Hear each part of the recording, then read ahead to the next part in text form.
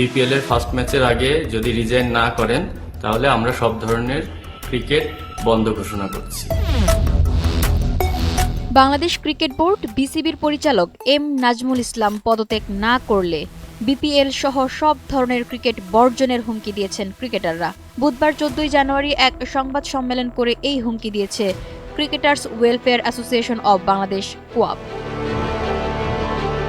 সংবাদ সম্মেলনে কোয়াবের সভাপতি ও ক্রিকেটার মোহাম্মদ মিঠুন জানান, বৃহস্পতিবার 15 জানুয়ারি বিপিএল এর ম্যাচের আগে বিসিবি পরিচালক নাজমুলকে পদত্যাগ করতে হবে, না হলে সব ধরনের খেলা বন্ধ রাখবেন ক্রিকেটাররা। ক্রিকেটারদের সম্মানী নিয়ে কটাক্ষ করা মন্তব্যে এম নাজমুল বলেন, ওরা খেলতে গিয়ে কিছুই না করতে পারলে আমরা যে এত কোটি টাকা খরচ করছি, আমরা কি টাকা ফেরত চাচ্ছি? তোমরা খেলতে পারো না, তোমাদের পিছে যা খরচ করছি এটার তোমরা এবার তোমাদের কাছ থেকে আমরা নিতে থাকি, ফেরত দাও। এর আগে সাবেক ক্রিকেটার তামিম ইকবালকে নিয়ে নেতিবাচক মন্তব্য করেন বোর্ড পরিচালক নাজমুল। ভারতে টি-20 বিশ্বকাপ খেলতে যাওয়া না যাওয়া প্রসঙ্গে দেশের ক্রিকেটের স্বার্থ ও ভবিষ্যৎকে সর্বোচ্চ গুরুত্ব দিয়ে সিদ্ধান্ত নেওয়া উচিত, এমন মন্তব্য করেন তামিম। এর জেরে তামিমকে ভারতের দালাল আখ্যা দিয়ে ফেসবুকে পোস্ট দেন তিনি।